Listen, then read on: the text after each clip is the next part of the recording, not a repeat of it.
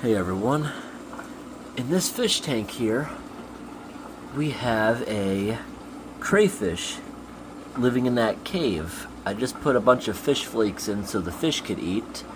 These fish I caught from the river for the crayfish to eat, and yeah, there's definitely some of them missing. There was a bunch of teeny little ones and they have all vanished.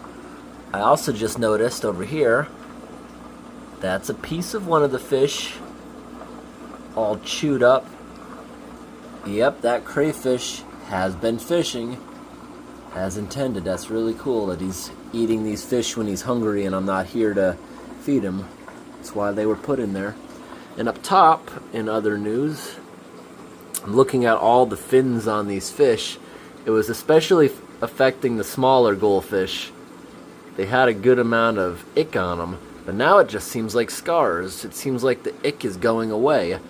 So I added sea salt to the freshwater aquarium. Sometimes just to condition the water, you maybe put 1 teaspoon in there in this whole large tank. But I put about 1 teaspoon per gallon in there this time. It says to do that online and it might help with ick. So I'm going to leave it like that for a little bit. And it seems to be helping in the past few days. But I'm going to start doing daily partial water changes tomorrow when an actual ick medication shows up in the mail, and we'll start adding that in there to help out. But it seems like the salt has really jump-started its disappearance in the tank, because I can barely even see a trace of it. It was abundant yesterday. No, last week it was very abundant after a week of me not being home. It really took off in there.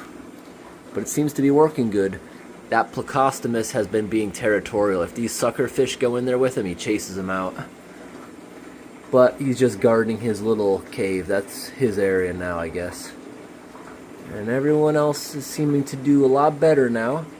I couldn't just buy the ick medication in the store because most in the store contain copper or a different chemical that'll kill crustaceans such as snails and crayfish. You could isolate those creatures. Ick does not affect them. You could isolate them for a few weeks and it would break the cycle and kill it off. You could do that, but I ordered a ick medication that does not affect crustaceans. We also got the tiny little crayfish upstairs. See him? He doesn't get any bigger than that. So he's not big enough to kill anyone in here. That's why I put him up here in the community tank. It's a dwarf crayfish. Only gets 2 inches.